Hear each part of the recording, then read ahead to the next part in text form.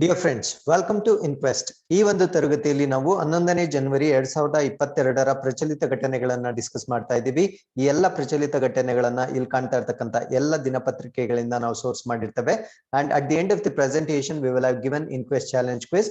So ಇದರಲ್ಲಿ first 10 students who give the correct answers we going to acknowledge their names in the next presentation.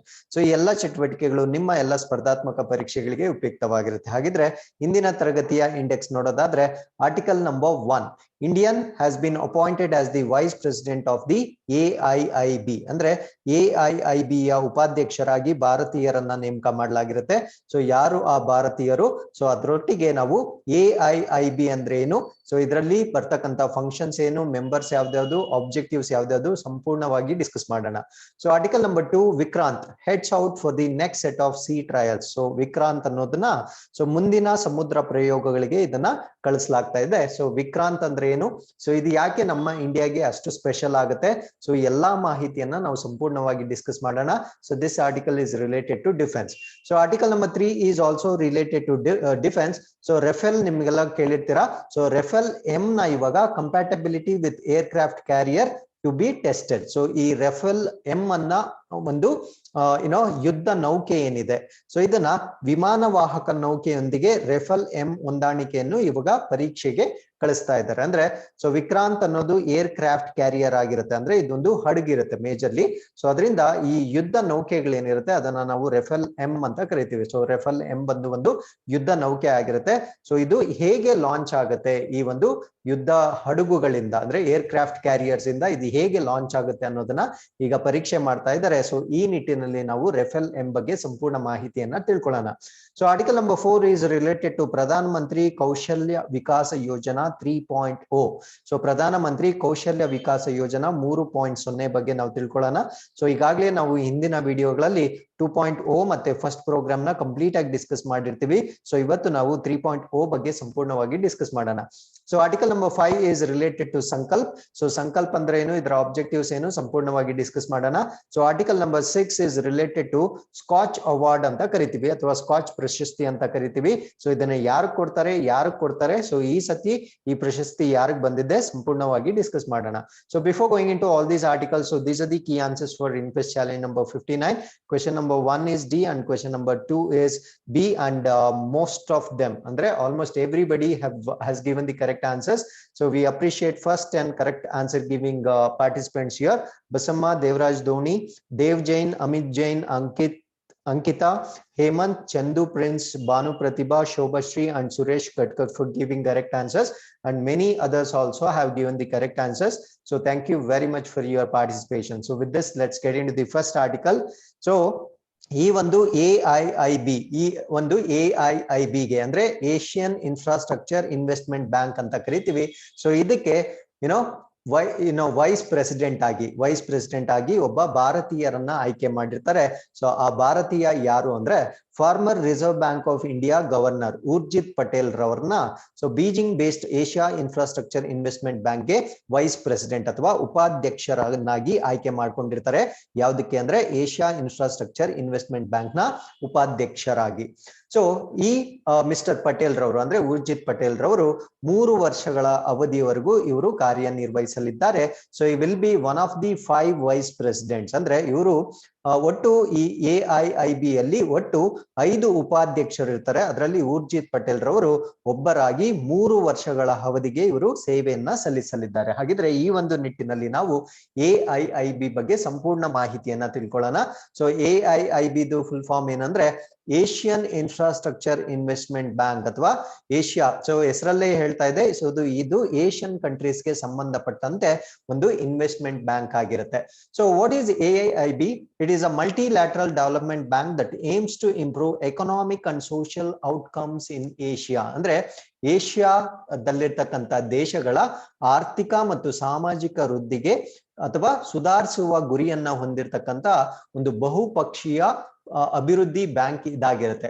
So ಇದರಲ್ಲಿ ಎಷ್ಟು members ಇದ್ದಾರೆ ಪ್ರಸ್ತುತವಾಗಿ ಅಂತ ನಿಮ್ಗೆ ಪ್ರಶ್ನೆ ಕೇಳಿದ್ರೆ, there are around 104 member countries ಇದರಲ್ಲಿ ಇರ್ತಾರೆ. ಸೊ ಇನ್ಕ್ಲೂಡಿಂಗ್ 17 ಪ್ರಾಸ್ಪೆಕ್ಟಿವ್ ಮೆಂಬರ್ಸ್, ಅಂದ್ರೆ ವಿಶ್ವದಾದ್ಯಂತ 17 ನಿರೀಕ್ಷಿತ ಸದಸ್ಯರು ಕೂಡ ಇರ್ತಾರೆ. So 104 they are confirmed members ಮಿಕ್ಕಿದ 17 ನಾವು ಪ್ರಾಸ್ಪೆಕ್ಟಿವ್ ಅಥವಾ ನಿರೀಕ್ಷಿತ ಸದಸ್ಯರು ಅಂತ ಕರಿತೀವಿ. So when did the bank start its operation? So ಇದು ತನ್ನ ಕಾರ್ಯವನ್ನ ಯಾವಾಗ ಪ್ರಾರಂಭ ಮಾಡ್ತು ಅಂತ ಪ್ರಶ್ನೆ ಕೇಳಿದ್ರೆ, it started in 25th December 2015. So 25ನೇ ಡಿಸೆಂಬರ್ 2015 ಇದು ತನ್ನ ಕಾರ್ಯಾಚರಣೆಯನ್ನ ಪ್ರಾರಂಭಿಸುತ್ತದೆ. ಸೊ ಹಾಗಿದ್ರೆ ಈ ಒಂದು ಕಾರ್ಯಾಚರಣೆ ಸ್ಟಾರ್ಟ್ ಮಾಡಿದಾಗ ಇದರ ಸ್ಟಾರ್ಟಿಂಗ್ ಇನ್ವೆಸ್ಟ್ಮೆಂಟ್ ಎಷ್ಟಿತ್ತು ಅಥವಾ ಸ್ಟಾರ್ಟಿಂಗ್ ಕ್ಯಾಪಿಟಲ್ ಎಷ್ಟಿತ್ತು ಅಂದ್ರೆ, the starting capital of this bank was $100 ಅಂದ್ರೆ $100 billion ಇರುತ್ತೆ. So that is equivalent to 2/3 of the capital of the Asian Development Bank. So you should not get confuse. ನಾನ್ ಮಾತಾಡ್ತಾ ಇರೋದು Asian infrastructure investment bank. ನಾನು ಇವಾಗ compare ಮಾಡ್ತಾ ಇರ್ತಕ್ಕಂಥದ್ದು ADB ಅಂದ್ರೆ Asian Development Bank. So Asian Development Bank ನ 3/2 ಬಂಡವಾಳಕ್ಕೆ so Asian investment Asian investment bank ಅಥವಾ ಏಷ್ಯನ್ ಇನ್ಫ್ರಾಸ್ಟ್ರಕ್ಚರ್ ಇನ್ವೆಸ್ಟ್ಮೆಂಟ್ ಬ್ಯಾಂಕ್ ಬಂಡವಾಳವಾಗಿರುತ್ತೆ. That is equal to, I am talking about initial capital ಅಂದ್ರೆ ಇದನ್ನ ಪ್ರಾರಂಭ ಮಾಡಿದಾಗ ಹೂಡಿಕೆ ಮಾಡಿರ್ತಕ್ಕಂಥ ಬಂಡವಾಳ. ಸೊ $100 billion ಇರುತ್ತೆ. So this investment is equal to of that of the World Bank ಅಂದ್ರೆ ವಿಶ್ವ ಬ್ಯಾಂಕ್ ನ ಅರ್ಧದಷ್ಟು ಬಂಡವಾಳಕ್ಕೆ ಇದು ಸಮನಾಗಿರುತ್ತೆ. ಹಾಗಿದ್ರೆ ವಿಶ್ವ ಬ್ಯಾಂಕ್ ಕ್ಯಾಪಿಟಲ್ ಎಷ್ಟಿರುತ್ತೆ ಅಂದ್ರೆ ಡಬಲ್ ಇರುತ್ತೆ, ಅಂದ್ರೆ $200 billion ಇರುತ್ತೆ. ಸೊ ಈ ಬ್ಯಾಂಕ್ ನ ಪ್ರಪೋಸ್ ಮಾಡಿದ್ ಯಾರು ಅಂದ್ರೆ, ಈ ಬ್ಯಾಂಕ್ ನ ಸ್ಥಾಪನೆ ಮಾಡ್ಬೇಕಂತ ಪ್ರಸ್ತಾಪನೆ ಮಾಡಿದ್ ಯಾರು ಅಂದ್ರೆ China 2013 in the year 2013 China ಇದನ್ನ ಪ್ರಸ್ತಾಪ ಮಾಡುತ್ತೆ. ಸೊ ಅದಾದ್ಮೇಲೆ ಇನ್ ದ ಇಯರ್ 2014 ಅಕ್ಟೋಬರ್ ತಿಂಗಳಲ್ಲಿ ಸೊ ಇದನ್ನ ಬೀಜಿಂಗ್ ನಲ್ಲಿ ಲಾಂಚ್ ಮಾಡ್ತಾರೆ. So in the ceremony, so ಒಂದು ಸಮಾರಂಭದಲ್ಲಿ ಬೀಜಿಂಗ್ ನಲ್ಲಿ ಈ ಒಂದು ಬ್ಯಾಂಕ್ ನ ಪ್ರಾರಂಭ ಮಾಡ್ತಾರೆ ಅಥವಾ ತನ್ನ ಲಾಂಚ್ ನ ಮಾಡ್ತಾರೆ. So it received the highest credit rating from the 3 biggest rating agencies ಅಂದ್ರೆ ವಿಶ್ವದ 3 ದೊಡ್ಡ ರೇಟಿಂಗ್ ಏಜೆನ್ಸಿಗಳಿಂದ ಇದು ಅತ್ಯಧಿಕ ಕ್ರೆಡಿಟ್ ರೇಟ್ ಗಳನ್ನ ಪಡೆದುಕೊಂಡಿದೆ. ಹಾಗಿದ್ರೆ ಆ 3 ರೇಟಿಂಗ್ ಏಜೆನ್ಸೀಸ್ ಯಾವ್ದ್ಯಾವ್ದು ಅಂದ್ರೆ, ಒಂದನ್ನ ನಾವು ಸ್ಟ್ಯಾಂಡರ್ಡ್ಸ್ ಅಂಡ್ ಪುವರ್ಸ್ ಅಂತ ಕರಿತೀವಿ, ಇನ್ನೊಂದನ್ನ ಮೂಡೀಸ್ ಅಂತ ಕರಿತೀವಿ, ಇನ್ನೊಂದನ್ನ ಫಿಚ್ ಗ್ರೂಪ್ ಅಂತ ಕರಿತೀವಿ. ಸೊ ಈ 3 ರೇಟಿಂಗ್ ಏಜೆನ್ಸೀಸ್ ಇಂದ ಸೊ ಅತ್ಯುತ್ತಮ ರ್ಯಾಂಕ್ ಅನ್ನ ಪಡೆದುಕೊಂಡಿರ್ತಕ್ಕಂಥ ಬ್ಯಾಂಕ್ ಇದಾಗಿರುತ್ತೆ. So it also seen as the potential rival to the World Bank and IMF. So ಇದು ಈ ಇಂಟರ್ನ್ಯಾಷನಲ್ ಮಾನಿಟರಿ ಫಂಡ್ ಏನಿದೆ ಮತ್ತೆ ಈ ಒಂದು ವಿಶ್ವ ಬ್ಯಾಂಕ್ ಏನಿದೆ, ಸೊ ಇದಕ್ಕೆ ಸಂಭಾವ್ಯ ಪ್ರತಿಸ್ಪರ್ಧಿಯಾಗಿ ಇದನ್ನ ನೋಡಲಾಗುತ್ತೆ. Because it is almost as good as these two. So World Bank ಮತ್ತು IMF ಗೆ ಸಮಾನಾಂತರವಾಗಿ ಕಾಂಪೀಟ್ ಮಾಡ್ತಕ್ಕಂಥ ಒಂದು ಬ್ಯಾಂಕ್ ಆಗಿರುತ್ತೆ. ಸೊ ಈ ಒಂದು $100 billion ಇನ್ವೆಸ್ಟ್ಮೆಂಟ್ ಇತ್ತಲ್ವಾ, ಸೊ ಇದು ಎಲ್ಲಿಂದ ಬಂತು ಅಂದ್ರೆ, ಸ್ಟಾರ್ಟಿಂಗ್ ಕ್ಯಾಪಿಟಲ್ ಎಲ್ಲಿಂದ ಬಂತು ಅಂದ್ರೆ, so China is the largest contributor to the bank, contributing to $50 billion. So that is half of the initial subscribed capital. ಅಂದ್ರೆ ಸೊ ಚೀನಾವು ಈ ಬ್ಯಾಂಕಿಗೆ ಅತಿ ದೊಡ್ಡ ಕೊಡುಗೆದಾರನಾಗಿದ್ದು ಈ ಆರಂಭಿಕ ಚಂದಾದಾರಿಕೆ ಅಂತ ಏನ್ ಕರಿತೀವಿ, ಸೊ ಇದರ ಅರ್ಧದಷ್ಟು ಚಂದಾದಾರಿಕೆ ಚೈನಾದಿಂದ ಬಂದಿರುತ್ತೆ. So that is equal to so $50 ಶತಕೋಟಿ ಅಷ್ಟು ಹಣವನ್ನ ಚೈನಾ ಒಂದೇ ಇನ್ವೆಸ್ಟ್ ಮಾಡಿರುತ್ತೆ. ಸೊ ಸೆಕೆಂಡ್ ಹೈಯೆಸ್ಟ್ ಯಾರು ಮಾಡಿರ್ತಾರೆ ಅಂದ್ರೆ, India is the second largest shareholder, contributing $8.4 billion ನ ನಾವು ಕಾಂಟ್ರಿಬ್ಯೂಟ್ ಮಾಡಿರ್ತೀವಿ. ಅಂದ್ರೆ 8.4 ಶತಕೋಟಿ ನ ಕಾಂಟ್ರಿಬ್ಯೂಟ್ ಮಾಡುವುದರ ಮುಖಾಂತರ ನಾವು 2ನೇ ಅತಿ ದೊಡ್ಡ ಷೇರುದಾರರಾಗಿ ಈ ಒಂದು AIIB ಯಲ್ಲಿ ಇರ್ತೀವಿ. ಸೊ ಹಾಗಿದ್ರೆ other points that you need to know is, so ಇದು ಯಾವ ಪ್ರದೇಶಗಳನ್ನ ಸರ್ವ್ ಮಾಡುತ್ತಂದ್ರೆ, ಸೊ ಏಷ್ಯಾ ಮತ್ತೆ ಓಷಿಯಾನ ರೀಜನ್ಸ್ ನ ಇದು ಸರ್ವ್ ಮಾಡುತ್ತೆ. ಇದರ ಅಫಿಷಿಯಲ್ ಲ್ಯಾಂಗ್ವೇಜ್ ಅಂದ್ರೆ ಅಧಿಕೃತ ಭಾಷೆ ಯಾವ್ದಾಗಿರುತ್ತಂದ್ರೆ ಇಂಗ್ಲಿಷ್ ಅಂತ ಗೊತ್ತಿರಬೇಕು. ಸೊ ಇದರ ಕೀ ಪೀಪಲ್ ಅಂದ್ರೆ ಪ್ರೆಸಿಡೆಂಟ್ ಯಾರಾಗಿದ್ದಾರೆ ಪ್ರಸ್ತುತವಾಗಿ ಅಂದ್ರೆ ಜಿನ್ ಲಿಕನ್ ಅಂತ ಕರಿತೀವಿ. ಹಾಗಿದ್ರೆ ಇದೇ ಒಂದು ಸಂದರ್ಭದಲ್ಲಿ ನಾವು ಹೆಡ್ ಕ್ವಾರ್ಟರ್ಸ್ ರಿಲೇಟೆಡ್ ಸ್ವಲ್ಪ ಮಾಹಿತಿಯನ್ನ ತಿಳ್ಕೊಳ್ಬೇಕು. So as you all know, Asian infrastructure investment bank ಕೇಂದ್ರ ಕಚೇರಿ ಎಲ್ಲಿರುತ್ತಂದ್ರೆ ಬೀಜಿಂಗ್ ಚೈನಾದಲ್ಲಿರುತ್ತೆ. ಅದೇ ರೀತಿ ADB ಅಂದ್ರೆ ಏಷ್ಯನ್ ಡೆವಲಪ್ಮೆಂಟ್ ಬ್ಯಾಂಕ್ ಕೇಂದ್ರ ಕಚೇರಿ ಎಲ್ಲಿರುತ್ತಂದ್ರೆ ಮಾಂಡಲ್ಯುಯಾಂಗ್ ಅಂತ ಹೇಳ್ತೀವಿ, ಅದು ಮನಿಲಾದಲ್ಲಿ ಬರ್ತಕ್ಕಂಥ ಒಂದು ಪ್ರದೇಶವಾಗಿರುತ್ತೆ. ಸೊ ಇದು ಫಿಲಿಪೈನ್ಸ್ ಅಲ್ಲಿ ಬರುತ್ತೆ. ಯಾಕಂದ್ರೆ ನಮ್ಗೆ ತುಂಬಾ ಕನ್ಫ್ಯೂಷನ್ಸ್ ಆಗ್ತಾ ಇರುತ್ತೆ, ಯಾಕಂದ್ರೆ AIIB, ADB, ವರ್ಲ್ಡ್ ಬ್ಯಾಂಕ್ ಇವೆಲ್ಲ ಆಲ್ಮೋಸ್ಟ್ ದೇ ಲುಕ್ ಸಿಮಿಲರ್ ಅಥವಾ ದೇ ಸೌಂಡ್ ಸಿಮಿಲರ್. ಸೊ ಅದಾದ್ಮೇಲೆ ವರ್ಲ್ಡ್ ಬ್ಯಾಂಕ್ದು ಕೇಂದ್ರ ಕಚೇರಿ ಎಲ್ಲಿರುತ್ತಂದ್ರೆ ವಾಷಿಂಗ್ಟನ್ DC ಯುನೈಟೆಡ್ ಸ್ಟೇಟ್ಸ್ ಅಲ್ಲಿ ಇರುತ್ತೆ.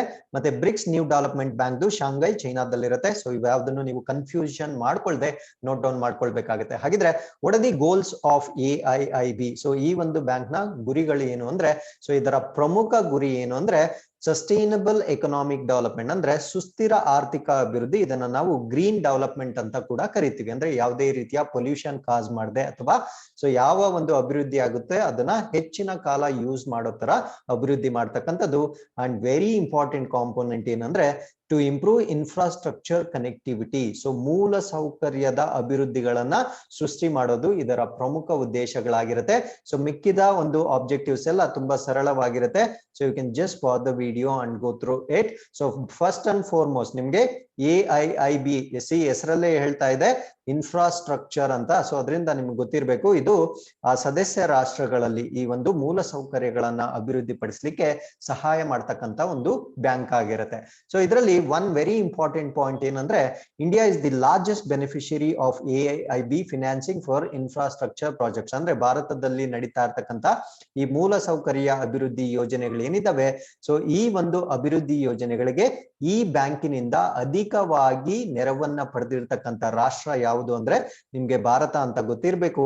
ಸೊ ಲೇಟರ್ ಸ್ಲೈಡ್ಸ್ ಅಲ್ಲಿ ನಾನು ಯಾವ್ಯಾವ ಪ್ರಾಜೆಕ್ಟ್ಸ್ ಗೆ ನಾವು ಫಂಡ್ ನ ತೆಗೆದುಕೊಂಡಿದ್ದೇವೆ ಅಂತ ನಾನು ಎಕ್ಸ್ಪ್ಲೇನ್ ಮಾಡ್ತೀನಿ. ಸೊ ಅದಾದ್ಮೇಲೆ ಇದರ ಮೆಂಬರ್ಶಿಪ್ ಅಥವಾ ಸದಸ್ಯತ್ವದ ಬಗ್ಗೆ ಮಾತಾಡೋದಾದ್ರೆ, so this membership is open to all members of the World Bank, Asian Development Bank and is divided into regional and non-regional members ಅಂತ ಡಿವೈಡ್ ಮಾಡಿರ್ತಾರೆ. ಅಂದ್ರೆ ಈ AIIB ಗೆ ಯಾರ್ಯಾರು ಸದಸ್ಯರಾಗ್ಬೋದು ಅಂದ್ರೆ ವಿಶ್ವ ಬ್ಯಾಂಕ್ ನ ಎಲ್ಲ ಸದಸ್ಯರು ಇದರ ಮೆಂಬರ್ಸ್ ಆಗ್ಬೋದು. ಅದಾದ್ಮೇಲೆ ಏಷ್ಯನ್ ಅಭಿವೃದ್ಧಿ ಬ್ಯಾಂಕ್ ನ ಎಲ್ಲ ಸದಸ್ಯರಿಗೆ ಈ ಒಂದು ಮೆಂಬರ್ಶಿಪ್ ಮುಕ್ತವಾಗಿರುತ್ತೆ. ಮತ್ತೆ ಪ್ರಾದೇಶಿಕ ಮತ್ತು ಪ್ರಾದೇಶಿಕೇತರ ಸದಸ್ಯರಾಗಿ ಈ ಮೆಂಬರ್ಸ್ ನ ಡಿವೈಡ್ ಮಾಡಲಾಗುತ್ತೆ. ಅಂದ್ರೆ ಏಷ್ಯನ್ ನಲ್ಲಿ ಇರ್ತಕ್ಕಂಥವ್ರು ಪ್ರಾದೇಶಿಕ ಮೆಂಬರ್ಸ್ ಆಗಿರ್ತಾರೆ, ಔಟ್ ಆಫ್ ಏಷ್ಯಾ ಇರ್ತಕ್ಕಂಥವ್ರು ನಾನ್ ರೀಜನಲ್ ಮೆಂಬರ್ಸ್ ಆಗಿರ್ತಾರೆ. ಬಟ್ ಸೊ AIIB ಗೆ ಅವರು ಸದಸ್ಯರಾಗಬೇಕಾದ್ರೆ ಸೊ ಅವರು ವರ್ಲ್ಡ್ ಬ್ಯಾಂಕ್ ಅಥವಾ ಏಷ್ಯನ್ ಡೆವಲಪ್ಮೆಂಟ್ ಬ್ಯಾಂಕ್ ಅಲ್ಲಿ ಸದಸ್ಯರಾಗಿದ್ರೆ ಸಾಕು. So they can become the member of the AIIB also. So regional members are those located within the area. ನಾನು ಮುಂಚೆನೆ ಹೇಳ್ದಾಗೆ ಪ್ರಾದೇಶಿಕ ಸದಸ್ಯರು ಯಾರು ಅಂದ್ರೆ ಏಷ್ಯಾ ಮತ್ತೆ ಓಷಿಯಾನ ರೀಜನ್ ಅಂತ ಏನ್ ಡಿಕ್ಲೇರ್ ಮಾಡುತ್ತೆ ಯುನೈಟೆಡ್ ನೇಷನ್ಸ್ ಅಥವಾ ಕ್ಲಾಸಿಫೈ ಮಾಡಿರುತ್ತೆ. ಸೊ ಆ ಪ್ರದೇಶದಲ್ಲಿರ್ತಕ್ಕಂಥವ್ರು ಏಷ್ಯಾ ಮತ್ತೆ ಓಷಿಯಾನಿನ ಪ್ರದೇಶದಲ್ಲಿರ್ತಕ್ಕಂಥ ಕಂಟ್ರೀಸ್ ಏನಾಗಿರ್ತಾರೆ, ಸೊ ಆ ಕಂಟ್ರಿ ಸದಸ್ಯರನ್ನ ನಾವು ಪ್ರಾದೇಶಿಕ ಸದಸ್ಯರು ಅಥವಾ ರೀಜನಲ್ ಮೆಂಬರ್ಸ್ ಅಂತ ಕರಿತೀವಿ. ಸೊ ಅನ್ಲೈಕ್ ಅದರ್ MDB ಅಂದ್ರೆ ಮಲ್ಟಿಲ್ಯಾಟ್ರಲ್ ಡೆವಲಪ್ಮೆಂಟ್ ಬ್ಯಾಂಕ್ಸ್, ಅಂದ್ರೆ ಇತರ MDB ಗಳಿಗಿಂತ ಭಿನ್ನವಾಗಿ ಇಲ್ಲೊಂದು ಮೆಥಡ್ ಇರುತ್ತೆ, ಅಂದ್ರೆ ಒಂದು ಸಿಸ್ಟಮ್ ಇರುತ್ತೆ. ಆ ಸಿಸ್ಟಮ್ ಏನು ಅಂದ್ರೆ ಈ ಒಂದು AIIB allows for non sovereign entities to apply for AIIB membership assuming their home country is a member. For example, so ಕನ್ನಡದಲ್ಲಿ ಹೇಳ್ಬಿಡ್ತೀನಿ ಫಸ್ಟ್, ಬೇರೆ ಒಂದು MDB ಗಳಿಗಿಂತ ಭಿನ್ನವಾಗಿ ಅಂದ್ರೆ ಬಹುಪಕ್ಷೀಯ ಅಭಿವೃದ್ಧಿ ಬ್ಯಾಂಕ್ಗಳಿಗಿಂತ ಭಿನ್ನವಾಗಿ ಈ ಒಂದು AIIB ಏನಾಗಿರುತ್ತೆ ಅಂದ್ರೆ ಸಾರ್ವಭೌಮವಲ್ಲದ ಘಟಕಗಳಿಗೆ ಅಥವಾ ರಾಷ್ಟ್ರಗಳಿಗೆ ಅಥವಾ ಯೂನಿಟ್ಸ್ ಅಂತ ನಾವೇನ್ ಕರಿತೀವಿ, ಸೊ ಅದಕ್ಕೆ ಸದಸ್ಯತ್ವವನ್ನ ಕೂಡ ಕೊಡುತ್ತೆ. ಆದರೆ ಅದರ ತಾಯ್ನಾಡು ಈ ಒಂದು AIIB ದ ಸದಸ್ಯ ರಾಷ್ಟ್ರವಾಗಿದ್ರೆ ಸೊ ಈ ಒಂದು ಸಾರ್ವಭೌಮತ್ವವಲ್ಲದ ರಾಷ್ಟ್ರಗಳಿಗೂ ಕೂಡ ಈ ಮೆಂಬರ್ಶಿಪ್ ಕೊಡುತ್ತೆ. ಬಟ್ ಈ ತರ ಮೆಂಬರ್ಶಿಪ್ ಬೇರೆ ಮಲ್ಟಿಲ್ಯಾಟ್ರಲ್ ಡೆವಲಪ್ಮೆಂಟ್ ಬ್ಯಾಂಕ್ಸ್ ಗೆ ಇರೋದಿಲ್ಲ. ಫಾರ್ ಎಕ್ಸಾಂಪಲ್ ಹೇಳೋದಾದ್ರೆ, ಸೊ ನಿಮ್ಗೆ what is non sovereign nation? For example ಇವಾಗ ಇಂಡಿಯಾನ ನಾವು ಸಾವರಿನ್ ನೇಷನ್ ಅಂತ ಕರಿತೀವಿ because so we take all the decisions of our own country. For example ನಾವು ಹಾಂಗ್ಕಾಂಗ್ ಅಂತ ತೆಗೆದುಕೊಂಡ್ರೆ, ಸೊ ಹಾಂಗ್ಕಾಂಗ್ ಅಂತ ನಾವು ಎಕ್ಸಾಂಪಲ್ ತಗೊಂಡ್ರೆ, ಸೊ ಈ Hong Kong is externally ruled by China. So ಇದನ್ನ ನಾವು ಈ ತರದ ಕಂಟ್ರೀಸ್ ನ ನಾವು ನಾನ್ ಸಾವರಿನ್ ನೇಷನ್ಸ್ ಅಂತ ಕರಿತೀವಿ, ಅಂದ್ರೆ ಸಾರ್ವಭೌಮತ್ವವಲ್ಲದ ರಾಷ್ಟ್ರಗಳು ಅಂತ ಕರಿತೀವಿ. ಸೊ ಈ ರೀತಿಯ ರಾಷ್ಟ್ರಗಳು ಕೂಡ AIIB ಗೆ ಸದಸ್ಯ ರಾಷ್ಟ್ರಗಳು ಆಗಬಹುದು. ಆದರೆ ಆ ಒಂದು ಮದರ್ ನೇಷನ್ ಏನಿರುತ್ತೆ ಅಥವಾ ದೇರ್ ಹೋಮ್ ಕಂಟ್ರಿ ಏನಿರುತ್ತೆ ಅದು AIIB ಗೆ ಮೆಂಬರ್ ನೇಷನ್ ಆಗಿರ್ಬೇಕು, ಅಥವಾ ಆ ತಾಯ್ನಾಡು ರಾಷ್ಟ್ರ ಏನಿರುತ್ತೆ ಸೊ ಅದು ಈ ಒಂದು AIIB ಗೆ ಸದಸ್ಯ ರಾಷ್ಟ್ರ ಆಗಿದ್ರೆ ಸೊ ಈ ತರ ಹಾಂಗ್ಕಾಂಗ್ ಅಂದ್ರೆ ನಾನ್ ಸಾವರಿನ್ ಕಂಟ್ರೀಸ್ ಕೂಡ ಈ AIIB ಯ ಸದಸ್ಯ ರಾಷ್ಟ್ರಗಳಾಗಿ ಮಾರ್ಪಾಡಾಗ್ಬೋದು. ಹಾಗಿದ್ರೆ US ಮತ್ತು ಜಪಾನ್, ಸೊ ಇವೆರಡು ರಾಷ್ಟ್ರಗಳು ಈ 104 ಮೆಂಬರ್ಸ್ ಏನಿದಾವೆ ಅದರಲ್ಲಿ ಸೇರಿರೋದಿಲ್ಲ. ಅಂದ್ರೆ US ಮತ್ತು ಜಪಾನ್ ರಾಷ್ಟ್ರಗಳು 104 ಸದಸ್ಯರ ಒಂದು ಪಟ್ಟಿಯಲ್ಲಿ ಇರುವುದಿಲ್ಲ. ಅಂದ್ರೆ ಅವೆರಡು ಈ AIIB ಗೆ ಸದಸ್ಯ ಸದಸ್ಯ ರಾಷ್ಟ್ರಗಳು ಆಗಿರೋದಿಲ್ಲ. So you can see the map here. So ಇಲ್ಲಿ ರೆಡ್ ಕಲರ್ ಏನೇನ್ ಕಾಣ್ತಾ ಇದೆ, ಸೊ ಇದೆಲ್ಲ AIIB ಸದಸ್ಯ ರಾಷ್ಟ್ರಗಳಾಗಿರುತ್ತೆ. ಸೌತ್ ಏಷ್ಯನ್ ಕಂಟ್ರೀಸ್ ಅಂತ ತೆಗೆದುಕೊಂಡ್ರೆ ನಾವು ಬಾಂಗ್ಲಾದೇಶ್, ಇಂಡಿಯಾ, ಮಾಲ್ಡೀವ್ಸ್, ನೇಪಾಲ್, ಪಾಕಿಸ್ತಾನ್, ಶ್ರೀಲಂಕಾ, ಸೊ ಇವೆಲ್ಲ ಸದಸ್ಯ ರಾಷ್ಟ್ರಗಳಾಗಿರುತ್ತೆ. ಮಿಡ್ಲ್ ಈಸ್ಟ್ ಅಲ್ಲಿ ತಗೊಂಡ್ರೆ Egypt, Iran, Israel, Jordan, Kuwait, Oman, Qatar, Saudi Arabia, UAE ಮತ್ತೆ ಇವನ್ ಸೌತ್ ಆಫ್ರಿಕಾ ಕೂಡ ಆಗಿರುತ್ತೆ. ಸೊ ಇಲ್ಲಿ ಬ್ರೆಜಿಲ್ ಕೂಡ ಏನೋ ದಿ ಮೆಂಬರ್ ನೇಷನ್ ಆಗಿರುತ್ತೆ. ಸೊ ಯುರೋಪಿಯನ್ ಕಂಟ್ರೀಸ್ ನ ನೀವು ಇಲ್ಲಿ ನೋಡ್ಕೊಳ್ಬಹುದು. ಸೊ ಯಾವ್ಯಾವ ಯುರೋಪಿಯನ್ ಕಂಟ್ರೀಸ್ AIIB ಗೆ ಏನೋ ಸದಸ್ಯ ರಾಷ್ಟ್ರಗಳಾಗಿರುತ್ತೆ ಅಂತ. Russia is also member. And central Asia Kazakhstan, Kyrgyzstan ಮತ್ತೆ ಜಜ್ಕಿಸ್ತಾನ್ ಮತ್ತೆ ಉಜ್ಬೇಕಿಸ್ತಾನ್, ಸೊ ಈ ಎಲ್ಲಾ ರಾಷ್ಟ್ರಗಳು ಇನ್ಕ್ಲೂಡಿಂಗ್ ಆಸ್ಟ್ರೇಲಿಯಾ ಅಂಡ್ ನ್ಯೂಜಿಲೆಂಡ್ ಕೂಡ ಸೊ ಈ ಒಂದು AIIB ಗೆ ಸದಸ್ಯ ರಾಷ್ಟ್ರಗಳಾಗಿ ಮಾರ್ಪಾಡಾಗಿರುತ್ತೆ. ಸೊ ಇದರಲ್ಲಿ ಫೌಂಡಿಂಗ್ ಮೆಂಬರ್ಸ್ ಎಷ್ಟಿರ್ತಾರೆ ಅಂದ್ರೆ 57, ಅಂದ್ರೆ ಸಂಸ್ಥಾಪನಾ ಸದಸ್ಯರು 57 ಇರುತ್ತೆ. ಸೊ ಲೀಡಿಂಗ್ ಕಂಟ್ರಿ ಬಂದು China, because it has the highest stake in this particular bank. So with this, let's understand the total number of projects that is being supported by AIIB to India. So ಒಟ್ಟಿಗೆ 28 projects ನ India AIIB ಯ ಸಹಯೋಗದೊಂದಿಗೆ ಅಥವಾ ಸಹಾಯದೊಂದಿಗೆ ಮಾಡ್ತಾ ಇದೆ. So ಇದರಲ್ಲಿ ಪ್ರಮುಖವಾದ projects ನ ಮಾತ್ರ ನಾವು ಇಲ್ಲಿ ಮೆನ್ಷನ್ ಮಾಡಿದ್ದೀವಿ. ಅರ್ಥ ಆಯ್ತಲ್ವಾ? So we don't have to remember all 28 projects. Very important projects. Number 1, Bengaluru metro railway project. So Bengaluru metro railway ಯೋಜನೆ ಕೂಡ ಫಂಡಿಂಗ್ ಎಲ್ಲಿಂದ ಬರುತ್ತೆ ಅಂದ್ರೆ AIIB ಇಂದ ಬರುತ್ತೆ. Second, Gujarat rural road project ಏನಿರುತ್ತೆ ಅಂದ್ರೆ ಗುಜರಾತ್ ನಲ್ಲಿ ನಡೀತಾ ಇರ್ತಕ್ಕಂತ ಗ್ರಾಮೀಣ ರಸ್ತೆಗಳ ಯೋಜನೆಗೆ ಫಂಡ್ ಬರುತ್ತೆ. ಇಂಡಿಯಾ ಇನ್ಫ್ರಾಸ್ಟ್ರಕ್ಚರ್ ಫಂಡ್ ಅಂತ ಇರುತ್ತೆ, ಅಂದ್ರೆ ಭಾರತದ ಮೂಲ ಸೌಕರ್ಯ ನಿಧಿ ಅಂತ ನಾವೇನ್ ಸ್ಥಾಪನೆ ಮಾಡಿದ್ದೀವಿ, ಇದಕ್ಕೂ ಕೂಡ ಈ ಬ್ಯಾಂಕ್ ನಿಂದ ನಮಗೆ ಸಹಾಯ ಬರುತ್ತೆ. Andhra Pradesh 24x7 power for all projects, ಅಂದ್ರೆ ಆಂಧ್ರ ಪ್ರದೇಶದ 24x7 power for all projects ಅನ್ನೋಂತ ಪ್ರಾಜೆಕ್ಟ್. ಮತ್ತೆ transmission system strengthening project. So ಪ್ರಸರಣ ವ್ಯವಸ್ಥೆಯನ್ನ ಬಲಪಡಿಸ್ತಕ್ಕಂತ ಯೋಜನೆ. ಟ್ರಾನ್ಸ್ಮಿಷನ್ ಸಿಸ್ಟಮ್ ಅಂದ್ರೆ ಈ ಒಂದು ವಿದ್ಯುತ್ ಅನ್ನ ಒಂದು ರಾಜ್ಯದಿಂದ ಇನ್ನೊಂದು ರಾಜ್ಯಕ್ಕೆ ಅಥವಾ within the state connect ಮಾಡ್ತಕ್ಕಂತ ಇನ್ಫ್ರಾಸ್ಟ್ರಕ್ಚರ್ಗೆ ಫಂಡ್ ಬರುತ್ತೆ. ಸೊ ಅದಾದ್ಮೇಲೆ ಪ್ರಾಜೆಕ್ಟ್ ನಂಬರ್ 6 ಯಾವುದು ಅಂದ್ರೆ 667 million doses of COVID-19 vaccines ನ ತಯಾರಿ ಮಾಡ್ಲಿಕ್ಕೆ, ಅಂದ್ರೆ 667 ಮಿಲಿಯನ್ ಡೋಸ್ ಆಫ್ COVID-19 ಲಸಿಕೆಯನ್ನ ನಾವು ತಯಾರಿ ಮಾಡ್ಲಿಕ್ಕೆ ಸೊ ಈ ಒಂದು ಬ್ಯಾಂಕ್ ನಿಂದ ನಾವು ಸಹಾಯಧನವನ್ನ ಪಡ್ಕೊಂಡಿರ್ತೀವಿ. And last year AIIB also approved $356.67 million loan to Indian government to support the expansion of Chennai Metro Railway Station. ಅಂದ್ರೆ ಚೆನ್ನೈನ ಮೆಟ್ರೋ ರೈಲು ನಿಲ್ದಾಣವನ್ನ ವಿಸ್ತರಣೆ ಮಾಡ್ಲಿಕ್ಕೆ ಸೊ ಕಳೆದ ವರ್ಷದಲ್ಲೂ ಕೂಡ ನಾವು AIIB ಇಂದ ಸಹಾಯವನ್ನ ಪಡೆದುಕೊಂಡಿರ್ತೀವಿ. That's why I told you. So India is the biggest beneficiary of this particular bank. So with this, let's get into the article number 2. So Vikrant heads out for the next set of sea trials. So Vikrant ಮುಂದಿನ ಸಮುದ್ರ ಪ್ರಯೋಗಗಳಿಗೆ ಮುಂದುವರಿತಾ ಇದೆ. ಹಾಗಿದ್ರೆ ವಿಕ್ರಾಂತ್ ಬಗ್ಗೆ complete ಆಗಿ discuss ಮಾಡೋಣ. What is Vikrant? It is indigenous aircraft carrier. So ಇದು ಭಾರತದಲ್ಲೇ ಅಭಿವೃದ್ಧಿಪಡಿಸಲಾದ ವಿಮಾನ ವಾಹಕ ನೌಕೆ ಆಗಿರುತ್ತೆ. ಸೊ ಇದನ್ನ ನಾವು ವಿಕ್ರಾಂತ್ ಅಂತ ಕರಿತೀವಿ. ಸೊ ಇದು ತನ್ನ ಫಸ್ಟ್ ಅಂದ್ರೆ the made in C trials in August 2021, ಅಂದ್ರೆ ಇದು ತನ್ನ ಮೊದಲ ಸಮುದ್ರ ಪ್ರಯೋಗಗಳನ್ನ ಆಗಸ್ಟ್ 2021 ಗೆ ಕಂಪ್ಲೀಟ್ ಮಾಡ್ಕೊಂಡಿರುತ್ತೆ. ಸೊ ಅಲ್ಲಿ ಏನೇನ್ ಟೆಸ್ಟ್ ಮಾಡಿರ್ತಾರೆ ಅಂದ್ರೆ ಅದರ ಪ್ರೊಪಲ್ಷನ್, ನ್ಯಾವಿಗೇಷನಲ್ ಮತ್ತೆ ಬೇಸಿಕ್ ಆಪರೇಷನ್. ಸೊ ಅದರ ಪ್ರೊಪಲ್ಷನ್, ನ್ಯಾವಿಗೇಷನ್ ಮತ್ತೆ ಮೂಲಭೂತ ಕಾರ್ಯಾಚರಣೆ ಹೇಗ್ ನಡೆಯುತ್ತೆ ಅನ್ನೋದನ್ನ ಆಗಸ್ಟ್ 2021ರಲ್ಲಿ ಟ್ರಯಲ್ ಮಾಡಿರ್ತಾರೆ. ಸೊ ಅದೇ ವರ್ಷದ ಅಕ್ಟೋಬರ್ ಮತ್ತು ನವೆಂಬರ್ ರಲ್ಲಿ ಅದರ ಎರಡನೇ ಟ್ರಯಲ್ಸ್ ಮಾಡಿರ್ತಾರೆ. ಸೊ ಅಕ್ಟೋಬರ್ ಮತ್ತು ನವೆಂಬರ್ ನಲ್ಲಿ ಎರಡನೇ ಪ್ರಯೋಗವನ್ನ ಮಾಡಿರ್ತಾರೆ. ಸೊ ಇದರಲ್ಲಿ ಏನ್ ಚೆಕ್ ಮಾಡಿರ್ತಾರೆ ಅಂದ್ರೆ machinery trials and the flight trials ನ ಮಾಡಿರ್ತಾರೆ. ಅಂದ್ರೆ ಯಂತ್ರೋಪಕರಣಗಳು ಹೇಗೆ ಕೆಲಸ ಮಾಡ್ತಾ ಇದೆ ಮತ್ತೆ ಹಾರಾಟಕ್ಕೆ ಸಂಬಂಧಪಟ್ಟಂತೆ ಪ್ರಯೋಗಗಳನ್ನ ಇಲ್ಲಿ ಮಾಡಿರ್ತಾರೆ. ಸೊ ಇವಾಗ ಮಾಡ್ತಾ ಇರೋದು ದಿ ಥರ್ಡ್ ಟ್ರಯಲ್. ಸೊ ಅದನ್ನ ನಾವು ಕಾಂಪ್ಲೆಕ್ಸ್ ಮ್ಯಾನೋವರ್ಸ್ ಅಂತ ಕರಿತೀವಿ. ಅಂದ್ರೆ ಹಡಗು ವಿವಿಧ ಪರಿಸ್ಥಿತಿಗಳಲ್ಲಿ ಹೇಗೆ ಕಾರ್ಯನಿರ್ವಹಿಸುತ್ತದೆ ಅನ್ನುವುದನ್ನ ಸಂಕೀರ್ಣವಾದ ಕುಶಲತೆ. ಸೊ ಅದನ್ನೇ ನಾವು ಕಾಂಪ್ಲೆಕ್ಸ್ ಮ್ಯಾನೋವರ್ಸ್ ಅಂತ ಕರಿತೀವಿ. ಅಂದ್ರೆ ಡಿಫಿಕಲ್ಟ್ ಸಿಚುಯೇಷನ್ಸ್ ಅಲ್ಲಿ ಸೊ ಟೆಸ್ಟ್ ಮಾಡ್ತಕ್ಕಂತ ಒಂದು ನೆಕ್ಸ್ಟ್ ಪ್ರೊಸೀಜರ್ಗೆ ಇದು ಮೂವ್ ಆಗಿರುತ್ತೆ. ಸೊ ಅದ್ರ ಬಗ್ಗೆ ನಾವು ಇವತ್ತು ಮಾತಾಡ್ತಾ ಇದ್ವಿ. ಅದನ್ನ ನಾವು it heads out for the next set of C trials ಅಂತ ಕರಿತೀವಿ. ಸೊ 2 ಟ್ರಯಲ್ಸ್ ಆಲ್ರೆಡಿ ಕಂಪ್ಲೀಟ್ ಆಗಿ ಸಕ್ಸಸ್ಫುಲ್ ಆಗಿರುತ್ತೆ. ಸೊ ಇವಾಗ ಮಾಡ್ತಾ ಇರ್ತಕ್ಕಂಥದ್ದು 3ನೇ ಟ್ರಯಲ್ ಆಗಿರುತ್ತೆ.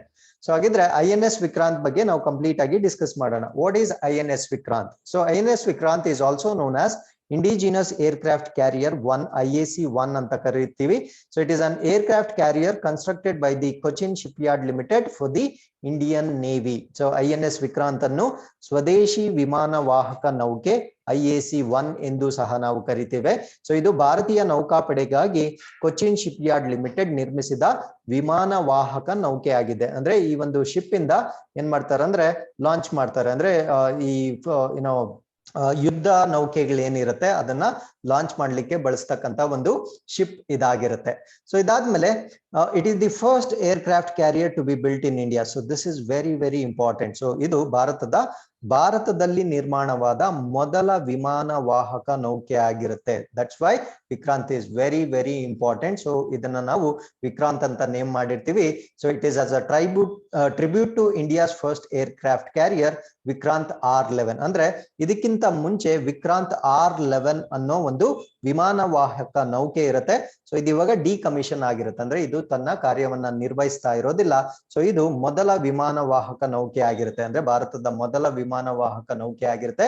ಬಟ್ ಇದು ಇಂಡಿಯಾದಲ್ಲಿ ಅಭಿವೃದ್ಧಿ ಹೊಂದಿರೋದಿಲ್ಲ. ಬಟ್ ನಾವ್ ಇವಾಗ ಮಾತಾಡ್ತಾ ಇರೋ ಈ ವಿಕ್ರಾಂತ್ ಅನ್ನೋದು ಭಾರತದಲ್ಲಿ ಅಭಿವೃದ್ಧಿ ಹೊಂದಿರುತ್ತೆ. ಸೊ ಹಾಗಿದ್ರೆ ಮುಂಚೆ ಇದ್ದ, ಅಂದ್ರೆ ಭಾರತದಲ್ಲಿ ಅಭಿವೃದ್ಧಿ ಹೊಂದದೇ ಇರ್ತಕ್ಕಂತ ವಿಕ್ರಾಂತ್ R11 ಇದು ಇವಾಗ ಡಿಕಮಿಷನ್ ಆಗಿರುತ್ತೆ. ಸೊ ಅದರಕ್ಕೆ ಗೌರವಾರ್ಥವಾಗಿ ನಾವು ಅದೇ ಹೆಸರನ್ನೇ ರಿಟೈನ್ ಮಾಡ್ಕೊಂಡಿರ್ತೀವಿ, ವಿಕ್ರಾಂತ್ ಅಂತ. ದ ನೇಮ್ ವಿಕ್ರಾಂತ್, ಸೊ ಇದು ಒಂದು ಸಂಸ್ಕೃತ ಪದವಾಗಿರುತ್ತೆ, ಅಂದ್ರೆ ಸಂಸ್ಕೃತದ ಪದ ವಿಕ್ರಾಂತ ಅಂತ ಆಗಿರುತ್ತೆ. ಸೊ ಅದರ ಅರ್ಥ ಏನು ಅಂದ್ರೆ ಸ್ಟೆಪ್ಪಿಂಗ್ ಬಿಯಾಂಡ್ ಅಂತ, ಅಂದ್ರೆ ಸೊ ಸ್ಟೆಪ್ಪಿಂಗ್ ಬಿಯಾಂಡ್ ಅಂತ. ಸೊ ಅದರ ಸಿಂಪಲ್ ಮೀನಿಂಗ್ ಹೇಳೋದಾದ್ರೆ ಕರೇಜಿಯಸ್ ಅಥವಾ ತುಂಬಾ ಧೈರ್ಯಶಾಲಿಯಾದ ಅಂತ ಒಂದು ಅದರ ಒಂದು ಮೀನಿಂಗ್ ಬರುತ್ತೆ.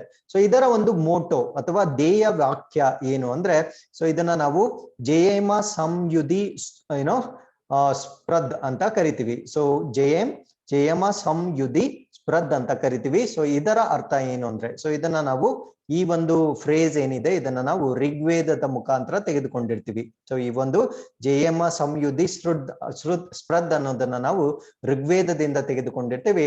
ಸೊ ಅದರ ಅರ್ಥ ಏನು ಅಂದ್ರೆ I defeat those who fight against me, ಅಂದ್ರೆ ನನ್ನ ವಿರುದ್ಧ ಹೋರಾಡುವವರನ್ನು ನಾನು ಸೋಲಿಸುತ್ತೇನೆ ಅನ್ನುವ ಅರ್ಥದ ಮುಖಾಂತರ ಈ ಒಂದು ಮೋಟೋವನ್ನ ಫ್ರೇಸ್ ಮಾಡಿರ್ತಾರೆ. ಸೊ ಈ ಶಿಪ್ ನ ಡಿಸೈನಿಂಗ್ ಆಕ್ಚುಲಿ ಇಟ್ ಬಿಗ್ಯಾನ್ ಇನ್ 1999. ಈ ಹಡಗಿನ ವಿನ್ಯಾಸದ ಕೆಲಸವು 1999ರಲ್ಲಿ ಕಮೆನ್ಸ್ ಆಗುತ್ತೆ. ಬಟ್ ಅದರ ಒಂದು ಕ್ರಿಯೇಷನ್ ಅದನ್ನ ಒಂದು ಪ್ರೊಡ್ಯೂಸ್ ಮಾಡ್ತಕ್ಕಂಥದ್ದು ಅಥವಾ ಉತ್ಪಾದನೆ ಮಾಡ್ತಕ್ಕಂಥದ್ದು it started in 12th August 2013, ಅಂದ್ರೆ 12ನೇ ಆಗಸ್ಟ್ 2013ರಲ್ಲಿ ಪ್ರಾರಂಭವಾಗುತ್ತೆ.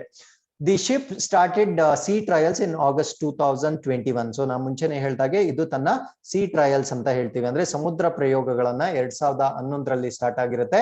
So Vikrant is scheduled to be commissioned into service by August 2022. So ಈ ವರ್ಷದ 2022ರ ಆಗಸ್ಟ್ ವೇಳೆಗೆ ಇದು ನಮ್ಮ ಸೇವೆಗೆ ನಿಯೋಜಿಸಲು ನಿರ್ಧರಿಸಲಾಗಿದೆ. With a flight trials of aircraft expected to be completed by mid 2023. So ಇದರ ಹಾರಾಟದ ಪ್ರಯೋಗಗಳು 2023ರ ಮಧ್ಯದ ವೇಳೆಗೆ ಪೂರ್ಣಗೊಳ್ತಕ್ಕಂತ ನಿರೀಕ್ಷೆ ಇದೆ. ಸೊ ಹಾಗಿದ್ರೆ ಇದು ಯಾವ್ಯಾವ ಏರ್ಕ್ರಾಫ್ಟ್ಸ್ ನ ಕ್ಯಾರಿ ಮಾಡುತ್ತೆ ಅಂದ್ರೆ, ಸೊ 26 ಮಿಕೋಯಾನ್ MiG-29K, ಅದಾದ್ಮೇಲೆ 10 Comau KA-31, ಅದಾದ್ಮೇಲೆ ಸಿಕೋರ್ಸ್ಕೈ MH-60 ಮತ್ತೆ ವೆಸ್ಟ್ಲ್ಯಾಂಡ್ ಸೀ ಕಿಂಗ್ ಮತ್ತೆ HAL ಧ್ರುವ. ಸೊ ಈ ಎಲ್ಲಾ ಏರ್ಕ್ರಾಫ್ಟ್ಸ್ ನ ಕ್ಯಾರಿ ಮಾಡ್ತಕ್ಕಂತ ಒಂದು ಕಾಂಪೊನೆಂಟ್ ನ ನಾವು ವಿಕ್ರಾಂತ್ ಅಂತ ಕರಿತೀವಿ. So you can see the picture here. So this is the real picture of Vikrant that is been developed in India for the very first time. So with this let's get into the article number 3, Rafale M compatibility with aircraft carrier to be tested. So ವಿಮಾನ ವಾಹಕ ನೌಕೆಯೊಂದಿಗೆ Rafale M ಹೊಂದಾಣಿಕೆಯನ್ನು ಪರೀಕ್ಷಿಸಬೇಕಾಗಿದೆ. ಹಾಗಿದ್ರೆ so ಇದರ Rafale M ಬಗ್ಗೆ ನಾವು complete ಆಗಿ discuss ಮಾಡೋದಾದ್ರೆ, so French aircraft maker Dassault aviation will fly it's Rafale M fighter jet from the Indian navy sure based test facility in Goa. So it is to demonstrate the compatibility and suitability to operate from the indigenous aircraft carrier Vikrant deck. So ನಾವ್ ಇಷ್ಟೊತ್ತು ವಿಕ್ರಾಂತ್ ಬಗ್ಗೆ ಮಾತಾಡಿದ್ವಿ. So ಈ ವಿಕ್ರಾಂತ್ ಮೇಲೆ, so ಈ aircraft carrier ಏನಿದೆ, so ಅದ್ರ ಮೇಲೆ ಏನನ್ನ ಟೆಸ್ಟ್ ಮಾಡ್ತಾ ಇದ್ದಾರೆ ಅಂದ್ರೆ ಈ ಒಂದು ರಫೇಲ್ ಎಂ ಅನ್ನೋದನ್ನ ಟೆಸ್ಟ್ ಮಾಡ್ತಾ ಇದ್ದಾರೆ. ಸೊ ಫ್ರೆಂಚ್ ವಿಮಾನ ತಯಾರಿಕಾ ಡಸಾಲ್ಟ್ ಏವಿಯೇಷನ್ ತನ್ನ ರಫೇಲ್ ಎಂ ಫೈಟರ್ ಜೆಟ್ ಅನ್ನು ಗೋವಾದ ಭಾರತೀಯ ನೌಕಾಪಡೆ ಶೋರ್ ಬೇಸ್ಡ್ ಟೆಸ್ಟ್ ಫೆಸಿಲಿಟಿ ನಿಂದ ಸ್ವದೇಶಿ ವಿಮಾನವಾಹಕ ನೌಕೆ. ಸೊ ಇದು ನಮ್ಮ ಸ್ವದೇಶಿ ವಿಮಾನವಾಹಕ ನೌಕೆ ಆಗಿರುತ್ತೆ, ಇದನ್ನ ವಿಕ್ರಾಂತ್ ಅಂತ ಕರಿತೀವಿ. ಸೊ ಕಾರ್ಯನಿರ್ವಹಿಸಲು ಹೊಂದಾಣಿಕೆ ಮತ್ತು ಸೂಕ್ತತೆ ಅಂದ್ರೆ ಅದರ ಸೂಟಬಿಲಿಟಿ ಮತ್ತೆ ಆಪ್ಟ್ನೆಸ್ ನ ಪರೀಕ್ಷೆ ಮಾಡಲಾಗ್ತಾ ಇದೆ. ಸೊ ನಿಮ್ಗೆ ರಫೇಲ್ ಎಂ ಕಂಪ್ಯಾಟಿಬಿಲಿಟಿನ ಯಾವ ಏರ್ ಕ್ರಾಫ್ಟ್ ಮೂಲಕ ಟೆಸ್ಟ್ ಮಾಡಿದ್ದಾರೆ ಅಂದ್ರೆ ಗೊತ್ತಿರಬೇಕು, ಇಂಡಿಜಿನಿಯಸ್ಲಿ ಪ್ರಿಪೇರ್ಡ್ ವಿಕ್ರಾಂತ್ ಮೇಲೆ ಇದನ್ನ ಪರೀಕ್ಷೆ ಮಾಡಿರ್ತಾರೆ. ಹಾಗಿದ್ರೆ what you mean by Dassault Rafale ಅಂದ್ರೆ ಏನು ಅಂತ ನಾವು ತಿಳ್ಕೊಳ್ತಾ ಬರೋಣ. So Dassault Rafale literally means gust of the wind or burst of fire ಅಂತ ಕರಿತೀವಿ. Is a French twin engine multi-role fighter aircraft designed and built by Dassault Aviation. So Dassault Rafale ಅಂದ್ರೆ ಗಾಳಿಯ ರಭಸ ಇರುತ್ತೆ, ಸೊ ಅದನ್ನ ನಾವು gust of wind ಅಂತ ಕರಿತೀವಿ. Burst of fire ಅಂದ್ರೆ ಬೆಂಕಿಯ ಸ್ಫೋಟ ಇರುತ್ತೆ, ಸೊ ಎಂಬ ಅರ್ಥವನ್ನು ನೀಡ್ತಕ್ಕಂತ ಒಂದು ಪದವಾಗಿರುತ್ತೆ. ಇದು ಫ್ರೆಂಚ್ ಅವಳಿ ಇಂಜಿನ್ ಡಸಾಲ್ಟ್ ಏವಿಯೇಷನ್ ವಿನ್ಯಾಸಗೊಳಿಸಿದ ಮತ್ತು ನಿರ್ಮಿಸಿದ ಬಹುಪಾಲು ಯುದ್ಧ ವಿಮಾನವಾಗಿರುತ್ತೆ. ಅಂದ್ರೆ ಇಟ್ ಈಸ್ ಮಲ್ಟಿ ರೋಲ್ ಅಂದ್ರೆ ಅದು ಅನೇಕ ಕೆಲಸಗಳನ್ನ ಮಾಡ್ತಕ್ಕಂತ ಒಂದು ಯುದ್ಧ ವಿಮಾನವಾಗಿರುತ್ತೆ. ಸೊ ಇದು ಏನೇನ್ ಕೆಲಸ ಮಾಡ್ಬೋದು ಅಂದ್ರೆ I told you multi role ಅಂತ ಹೇಳಿದೆ. ನಾವು what are the different roles of this particular missile ಅಂದ್ರೆ so air supremacy, ground support, in depth strike, anti ship strike and nuclear deterrence mission. So ಇಷ್ಟು ಕಾರ್ಯಾಚರಣೆಯನ್ನ ಮಾಡಬಹುದು. ಅಂದ್ರೆ ವಾಯು ಪ್ರಾಬಲ್ಯ ಅಂದ್ರೆ ಏರ್ ಅಲ್ಲಿ ಇದು ಸ್ಟ್ರೈಕ್ ಮಾಡಬಹುದು, ಭೂ ವಲಯ ಅಂದ್ರೆ it can also strike on ground, ನೀರಿನ ಆಳದಲ್ಲಿ ಕೂಡ ಇದು ಕಾರ್ಯಾಚರಣೆ ಮಾಡ್ತಕ್ಕಂಥದ್ದು, ಹಡಗಿನ ರೋಧ ಅಂದ್ರೆ ಎನಿಮಿ ಶಿಪ್ಸ್ ಏನಿರುತ್ತೋ ಅದನ್ನ ಕೂಡ ಸ್ಟ್ರೈಕ್ ಮಾಡಬಹುದು, ಮತ್ತು ಪರಮಾಣು ತಡೆ ಕಾರ್ಯಾಚರಣೆಗಳನ್ನ ಕೂಡ ಮಾಡಬಹುದು. So that's why it is been titled as multi role ಅಥವಾ ಬಹುಪಾಲು ಅಥವಾ ಬಹು ಆಯಾಮದ ಒಂದು ಯುದ್ಧ ವಿಮಾನವಾಗಿರುತ್ತೆ. ಅಂಡ್ ರೆಫೇಲ್ ನ ನಾವೇನಂತ ಕರಿತೀವಿ ಅಂದ್ರೆ ಓಮ್ನಿ ರೋಲ್ ಅಂತ ಕೂಡ ಕರಿತೀವಿ. So omni role correct definition ಏನು ಅಂತ ನಾನು ನೆಕ್ಸ್ಟ್ ಸ್ಲೈಡ್ ಅಲ್ಲಿ ಎಕ್ಸ್ಪ್ಲೇನ್ ಮಾಡ್ತೀನಿ. ಸೊ ಈ ಒಂದು ಏರ್ ಕ್ರಾಫ್ಟ್ 3 ಪ್ರಮುಖ ವೇರಿಯಂಟ್ಸ್ ಅಥವಾ 3 ಮುಖ್ಯ ರೂಪಾಂತರಗಳಲ್ಲಿ ನಾವು ನೋಡಬಹುದು. ಸೊ ಒಂದನ್ನ ನಾವು Rafale C single seat land based version ಅಂತ ಕರಿತೀವಿ. ಎರಡನೇದನ್ನ Rafale B twin seat land based version ಅಂತ ಕರಿತೀವಿ. Rafale M single seat carrier based version ಅಂತ ಕೂಡ ಕರಿತೀವಿ. ಸೊ ಇವಾಗ ನಾವು ಮಾತಾಡ್ತಾ ಇರ್ತಕ್ಕಂಥದ್ದು ಈ ಥರ್ಡ್ ವೇರಿಯಂಟ್, ಅದನ್ನ ನಾವು Rafale M single seat carrier ಆಧಾರಿತ ಆವೃತ್ತಿ ಅಂತ ಕರಿತೀವಿ. So what is omni role fighter ಅಂದ್ರೆ it can perform several actions at the same time. ಅಂದ್ರೆ ಒಂದೇ ಸಮಯದಲ್ಲಿ ಹಲವಾರು ಕ್ರಿಯೆಗಳನ್ನ ಮಾಡ್ತಕ್ಕಂಥ ಸಾಮರ್ಥ್ಯ ಹೊಂದಿರತಕ್ಕಂಥ ಮಿಸೈಲ್ ನ ನಾವು ಅಥವಾ ಏರ್ ಕ್ರಾಫ್ಟ್ ನ ನಾವು ಓಮ್ನಿ ರೋಲ್ ಫೈಟರ್ ಅಥವಾ ಓಮ್ನಿ ರೋಲ್ ಅಂತ ಕರಿತೀವಿ. ಸೊ ಈ ಒಂದು ರಫೇಲ್ ಯಾವಾಗ ಇಂಟ್ರೊಡ್ಯೂಸ್ ಆಯ್ತು? So it was introduced in 2007. The Rafale is being produced for both the French air force for carrier based operations in the French navy. ಅಂದ್ರೆ 2001ರಲ್ಲಿ ಇದನ್ನ ಪರಿಚಯಿಸಲಾಯಿತು.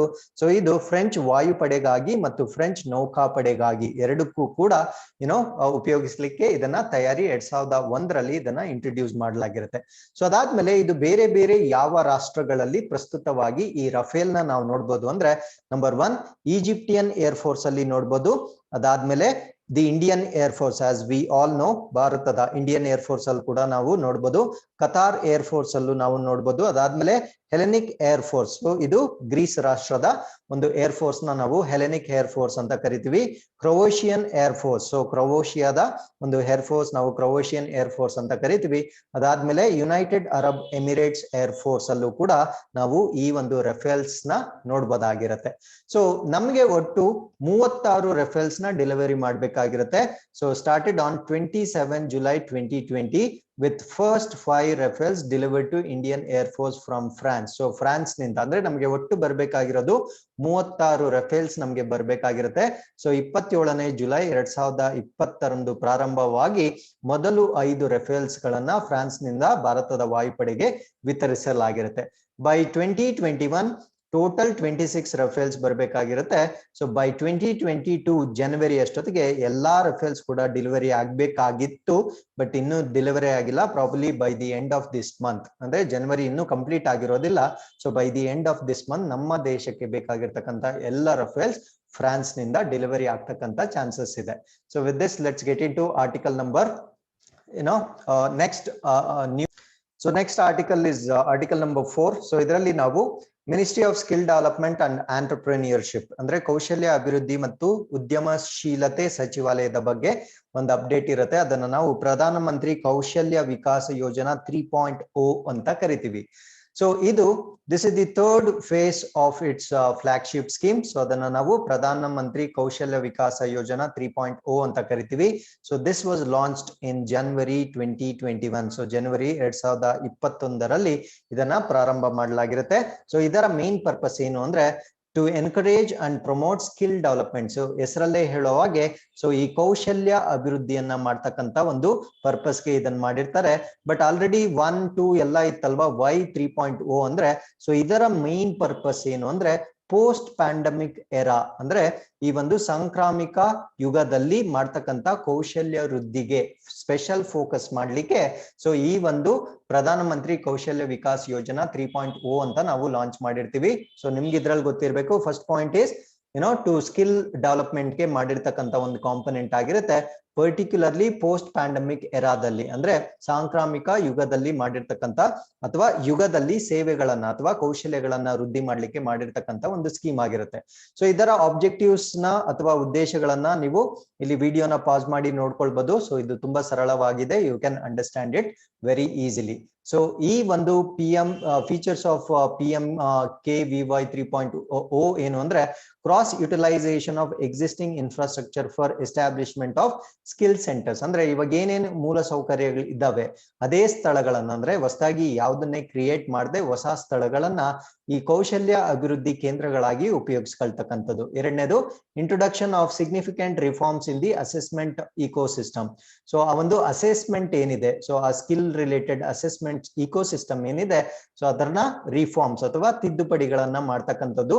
Creation of pool of certified trainers through direct funding for the training of the trainers programme. ಅಥವಾ so ಇಲ್ಲಿ ಯಾರ್ಯಾರು ತರಬೇತಿದಾರರು ಏನಿರ್ತಾರೆ so ಅವರ ಒಂದು pool ಅಂದ್ರೆ ಒಂದು ಗುಂಪನ್ನ ತಯಾರಿ ಮಾಡಿ ಸೊ ಅವರ ಮುಖಾಂತರ ಕೌಶಲ್ಯಗಳನ್ನ ಕೊಡಿಸ್ತಕ್ಕಂಥ ಕೆಲಸಗಳನ್ನ ಮಾಡ್ತಕ್ಕಂಥದ್ದನ್ನ ನಾವು PMKVY 3.0 ದ ಗುಣಲಕ್ಷಣಗಳು ಅಥವಾ ಫೀಚರ್ಸ್ ಅಂತ ಹೇಳ್ತೀವಿ. So with this let's get into article number 5, skills acquisition and knowledge awareness for livelihood programme. So ಅದನ್ನ ನಾವು ಸಂಕಲ್ಪ ಅಂತ ಕರಿತೀವಿ. ಅಂದ್ರೆ ಜೀವನೋಪಾಯ ಪ್ರಚಾರಕ್ಕಾಗಿ ಕೌಶಲ್ಯಗಳ ಸ್ವಾಧೀನ ಮತ್ತು ಜ್ಞಾನದ ಅರಿವು ಅಂತ ಕರಿತೀವಿ. ಸೊ ಇದು ಸಂಕಲ್ಪ ಅನ್ನೋದು ಸೆಂಟ್ರಲಿ ಸ್ಪಾನ್ಸರ್ಡ್ ಸ್ಕೀಮ್ ಆಗಿರುತ್ತೆ. ಅಂದ್ರೆ ಸೊ ಕೇಂದ್ರದ ಒಂದು ಪ್ರಾಯೋಜಿತ ಯೋಜನೆ ಆಗಿರುತ್ತೆ. ಸ್ಪಾನ್ಸರ್ಡ್ ಅಂದ್ರೆ ಕಂಪ್ಲೀಟ್ ಫಂಡ್ ಸೆಂಟ್ರಲ್ ಗವರ್ಮೆಂಟ್ ಇಂದ ಬರೋದಿಲ್ಲ, ಪಾರ್ಷಿಯಲ್ ಫಂಡ್ ಮಾತ್ರ ಬರುತ್ತೆ. ಮಿಕ್ಕಿದ ಫಂಡ್ ನ ಸ್ಟೇಟ್ ಗವರ್ಮೆಂಟ್ ಬೇರ್ ಮಾಡ್ಬೇಕಾಗತ್ತೆ. ಸೊ ಇದಕ್ಕೆ ಲೋನ್ ಅಸಿಸ್ಟೆನ್ಸ್ ಎಲ್ಲಿಂದ ಬರುತ್ತಂದ್ರೆ ವಿಶ್ವ ಬ್ಯಾಂಕ್. ಸೊ ವಿಶ್ವ ಬ್ಯಾಂಕ್ ನಿಂದ ಅಥವಾ ವರ್ಲ್ಡ್ ಬ್ಯಾಂಕ್ ನಿಂದ ನಮಗೆ ಲೋನ್ ಅಸಿಸ್ಟೆನ್ಸ್ ಬರುತ್ತೆ. So it was actually launched on 19 January 2018. So 19ನೇ ಜನವರಿ 2018ರಂದು ಇದನ್ನ ಪ್ರಾರಂಭಿಸಲಾಗಿರುತ್ತೆ. And with an implementation period till March 2023. So ಇದರ ವ್ಯಾಲಿಡಿಟಿ ಎಲ್ಲಿವರೆಗೂ ಇರುತ್ತೆ ಅಂದ್ರೆ ಮಾರ್ಚ್ 2023ರವರೆಗೂ ಇದನ್ನ ಇಂಪ್ಲಿಮೆಂಟ್ ಮಾಡಲಾಗುತ್ತೆ. So the current agreement of government of India with World Bank ಎಷ್ಟಿದೆ ಅಂದ್ರೆ ಫಾರ್ $250 million ಗೆ that is equal to 1650 crores ಅಷ್ಟು ಕರೆಂಟ್ ಡೀಲ್ ಇರುತ್ತೆ with respect to India and World Bank. So what are the objectives of ಸಂಕಲ್ಪ್ನ ಪ್ರಮುಖ ಉದ್ದೇಶಗಳೇನು ಅಂದ್ರೆ strengthen the short term skill ecosystem to address key issues of skilling in the country. ಅಂದ್ರೆ ಅಲ್ಪಾವಧಿಯ ಕೌಶಲ್ಯ ಪರಿಸರ ವ್ಯವಸ್ಥೆಯನ್ನು ಬಲಪಡಿಸುವುದು ಮತ್ತು ದೇಶದಲ್ಲಿ ಕೌಶಲ್ಯದ ಪ್ರಮುಖ ಸಮಸ್ಯೆಗಳನ್ನ ಬಗೆಹರಿಸ್ತಕ್ಕಂಥದ್ದು. ಅಂದ್ರೆ ಸ್ಕಿಲ್ ಇಂಪಾರ್ಟಿಂಗ್ ರಿಲೇಟೆಡ್ ಸಮಸ್ಯೆಗಳನ್ನ ಬಗೆಹರಿಸ್ತಕ್ಕಂಥ ಕೆಲಸ ಮಾಡೋದಕ್ಕೆ ನಾವು ಸಂಕಲ್ಪ ಅಂತ ಕರಿತೀವಿ. ಸೊ ಇದರಲ್ಲಿ the expansion is very very important. Skills acquisition and knowledge awareness for livelihood promotion ಅಂತ ಕರಿತೀವಿ. ಸೊ ಇದರ ಮೇಜರ್ ಆಬ್ಜೆಕ್ಟಿವ್ಸ್ ಏನು ಅಂದ್ರೆ ಇದರಲ್ಲಿ 3 ಕೀ ರಿಸಲ್ಟ್ ಏರಿಯಾಸ್ ಇರುತ್ತೆ. ಸೊ ಈ 3 ಪ್ರಮುಖ ಫಲಿತಾಂಶ ಕ್ಷೇತ್ರಗಳು ಯಾವ್ದು ಅಂದ್ರೆ ಒಂದನೇದು institutional strengthening at national, state and district level. So ರಾಷ್ಟ್ರೀಯ, ರಾಜ್ಯ ಮತ್ತು ಜಿಲ್ಲಾ ಮಟ್ಟಗಳಲ್ಲಿ ಸಾಂಸ್ಥಿಕ ಬಲವರ್ಧನೆ ಮಾಡ್ತಕ್ಕಂಥದ್ದು. Quality improvement of skill development programme. So ಕೌಶಲ್ಯ ಅಭಿವೃದ್ಧಿ ಕಾರ್ಯಕ್ರಮಗಳ ಗುಣಮಟ್ಟವನ್ನ ಸುಧಾರಣೆ ಮಾಡ್ತಕ್ಕಂಥದ್ದು. ಯಾಕಂದ್ರೆ ಅಭಿವೃದ್ಧಿನೇ ಚೆನ್ನಾಗಿಲ್ಲ ಅಂದ್ರೆ ಕೌಶಲ್ಯ ಬರ್ಲಿಕ್ಕೆ ಸಾಧ್ಯ ಇಲ್ಲ. ಅದರಿಂದ ಸ್ಕಿಲ್ ಡೆವಲಪ್ಮೆಂಟ್ ಪ್ರೋಗ್ರಾಮ್ ನ ಕ್ವಾಲಿಟಿ ಏನಿರುತ್ತೆ ಅದನ್ನ ವೃದ್ಧಿ ಮಾಡಬೇಕು. Inclusion of marginalise population in skill development programmes. ಅಂದ್ರೆ ಕೌಶಲ್ಯ ಅಭಿವೃದ್ಧಿ ಕಾರ್ಯಕ್ರಮದಲ್ಲಿ ಅಂಚಿನಲ್ಲಿರ್ತಕ್ಕಂಥ ಜನಸಂಖ್ಯೆಯನ್ನು ಅಥವಾ ಒಂದು ಶೋಷಿತ ವರ್ಗ ಏನಿರುತ್ತೆ, SC ST ಇರ್ಬೋದು ಅಥವಾ ದಿ ವಿಮೆನ್ ಇರ್ಬೋದು ಅಥವಾ ಇವರು ಸೊ ಪ್ರಮುಖ ಲೈಮ್ ಲೈಟ್ ಗೆ ಬರ್ದೇ ಇರ್ತಕ್ಕಂಥ ಸೆಕ್ಟರ್ ಆಫ್ ಪೀಪಲ್ ಏನಿರ್ತಾರೆ ಸೊ ಇವ್ರನ್ನ ಒಳಗೊಳ್ತಕ್ಕಂಥ ಕಾರ್ಯಗಳನ್ನ ಮಾಡುವುದು ಇದರ ಮೇನ್ 3 ಕೀ ರಿಸಲ್ಟ್ ಏರಿಯಾಸ್ ಆಗಿರುತ್ತೆ. ಸೊ ಇದನ್ನ ನಾವು ಸಂಕಲ್ಪ ಅಂತ ಕರಿತೀವಿ. So it is skill acquisition and knowledge awareness for livelihood promotion ಅಂತ ಕರಿತೀವಿ. ಸೊ ಇದೊಂದು ಸೆಂಟ್ರಲಿ ಸ್ಪಾನ್ಸರ್ಡ್ ಸ್ಕೀಮ್ ಆಗಿರುತ್ತೆ, ನಿಮ್ಗೆ ಗೊತ್ತಿರಬೇಕು. So with respect to this we have come to the last article. ಇದನ್ನ ನಾವು ಸ್ಕಾಚ್ ಅವಾರ್ಡ್ ಅಂತ ಕರಿತೀವಿ. ಸೊ ಈ ಸ್ಕಾಚ್ ಪ್ರಶಸ್ತಿಯನ್ನ ಯಾರು ಕೊಟ್ಟಿರ್ತಾರೆ ಅಂದ್ರೆ, so there was a mission in Assam. So Assam ಅಲ್ಲಿ ಒಂದು ಮಿಷನ್ ಮಾಡಲಾಗಿರುತ್ತೆ. ಸೊ ಆ ಮಿಷನ್ ಪರ್ಪಸ್ ಏನು ಅಂದ್ರೆ ಟು ಅವಾಯ್ಡ್ ಮಾಲ್ ನ್ಯೂಟ್ರಿಷನ್, ಅಂದ್ರೆ ಅಪೌಷ್ಟಿಕತೆಯನ್ನ ಹೋಗ್ಲಾಡಿಸ್ಲಿಕ್ಕೆ ಒಂದು ಅಸ್ಸಾಂನ ಮಿಷನ್ಗೆ ಸ್ಕಾಚ್ ಪ್ರಶಸ್ತಿಯನ್ನ ಕೊಟ್ಟಿರ್ತಾರೆ. So a mission to combat malnourishment among children aged 6 months to 5 years has earned Scotch Award for the Southern Assam's Chachar district. So 6 ತಿಂಗಳಿಂದ 5 ವರ್ಷದ ಮಕ್ಕಳಲ್ಲಿ ಅಪೌಷ್ಟಿಕತೆಯನ್ನು ಹೋಗಲಾಡಿಸಲು ದಕ್ಷಿಣ ಅಸ್ಸಾಂನ ಕ್ಯಾಚರ್ ಜಿಲ್ಲೆ, ಸೊ ಇದು ಇಂಪಾರ್ಟೆಂಟ್ ಆಗುತ್ತೆ, ಕ್ಯಾಚರ್ ಜಿಲ್ಲೆಗೆ ಸ್ಕಾಚ್ ಪ್ರಶಸ್ತಿಯನ್ನ ನೀಡಲಾಗಿರುತ್ತೆ. ಸೊ ಹಾಗಿದ್ರೆ ವಾಟ್ ಈಸ್ ಸ್ಕಾಚ್ ಅವಾರ್ಡ್ ಅಂದ್ರೆ, so it is for the purpose of recognising people, projects and institutions that go extra mile to make India a better nation. So Skoch ಪ್ರಶಸ್ತಿ ಯಾರು ಕೊಡ್ತಾರೆ ಅಂದ್ರೆ, ಭಾರತವನ್ನು ಉತ್ತಮ ರಾಷ್ಟ್ರವನ್ನಾಗಿ ಮಾಡಲು ಹೆಚ್ಚುವರಿ ಮೈಲನ್ನು ಹೋಗುವ, ಅಂದ್ರೆ ದೇ ಟೇಕ್ ಎಕ್ಸ್ಟ್ರಾ ಎಫರ್ಟ್ಸ್ ಅಂತ ಅದರ ಅರ್ಥ. ಹೆಚ್ಚುವರಿ ಮೈಲ್ ಅಂದ್ರೆ they don't walk, so they take extra efforts ಅನ್ನೋದನ್ನ, ಸೊ ಅಲ್ಲಿ ಜನರಾಗಿರ್ಬೋದು, ಯೋಜನೆ ಆಗಿರ್ಬೋದು ಅಥವಾ ಸಂಸ್ಥೆಗಳಾಗಿರ್ಬೋದು, ಈ ಮೂರಲ್ಲಿ ಯಾರು ಇದಕ್ಕೆ ಕಾಂಟ್ರಿಬ್ಯೂಟ್ ಮಾಡಿರ್ತಾರೆ ಅವ್ರಿಗೆ ಕೊಡ್ತಕ್ಕಂತ ಒಂದು ಪ್ರಶಸ್ತಿಯನ್ನ ನಾವು ಸ್ಕಾಚ್ ಅವಾರ್ಡ್ ಅಂತ ಕರಿತೀವಿ. So this is what is the award. So ಇದನ್ನ ನಾವು ಸ್ಕಾಚ್ ಅವಾರ್ಡ್ ಅಂತ ಕರಿತೀವಿ. ಸೊ ಈ ಪ್ರಶಸ್ತಿಯನ್ನ ಈ ಬಾರಿ ಸೊ ಅಸ್ಸಾಂನ ಒಂದು ಮಾಲ್ ನ್ಯೂಟ್ರಿಷನ್ ಮಿಷನ್ಗೆ ಕೊಡಲಾಗಿರುತ್ತೆ. So with this we have completed all the articles of the day. So we have come to inquest challenge number 60. So ಇಲ್ಲಿ ನೀವು ಪ್ರಶ್ನೆಗಳನ್ನ ಓದಿ. ಸೊ ಇಲ್ಲಿ ಫಸ್ಟ್ ಕ್ವೆಶನ್ ತುಂಬಾ ಸರಿಯಾಗಿ ಓದ್ಕೊಳ್ಳಿ. ನಾವು ಕೇಳ್ತಿರ್ತಕ್ಕಂಥದ್ದು which of the given statements above is are not correct, ಅಥವಾ ಸರಿಯಾಗಿಲ್ಲ ಅಂತ ಕೊಟ್ಟಿದ್ದೀವಿ. ಅರ್ಜೆಂಟ್ ಅಲ್ಲಿ ನೀವು ಸ್ಟೇಟ್ಮೆಂಟ್ಸ್ ನ ಓದಿ. ಸೊ ಇದನ್ನ ಓದ್ಕೊಳ್ಬೇಕು ಯಾವತ್ತೂ. ಸರಿಯಾಗಿದೆಯಾ ಅಂತ ಕೇಳ್ತಾ ಇದ್ದಾರಾ ಅಥವಾ ಸರಿಯಾಗಿಲ್ವಾ ಅಂತ ಕೇಳ್ತಾ ಇದ್ದಾರಾ, ಇದನ್ನ ನೋಡ್ಕೊಳ್ಬೇಕು. ಇದನ್ನ ನೋಡ್ಕೊಂಡೆ ನೀವು ಆನ್ಸರ್ ಮಾಡ್ಬೇಕಾಗತ್ತೆ. So second question is simple, straight forward ಇರುತ್ತೆ. ಸೊ ಅದನ್ನ ಕೂಡ ಸರಿಯಾಗಿ ಓದಿ ಉತ್ತರ ಕೊಡ್ಬೇಕಾಗುತ್ತೆ. ಸೊ ಇಲ್ಲಿಗೆ ಇವತ್ತಿನ ಎಲ್ಲಾ ಆರ್ಟಿಕಲ್ಸ್ ಕಂಪ್ಲೀಟ್ ಆಗಿರುತ್ತೆ. Thanks for watching. ನಮಸ್ಕಾರ.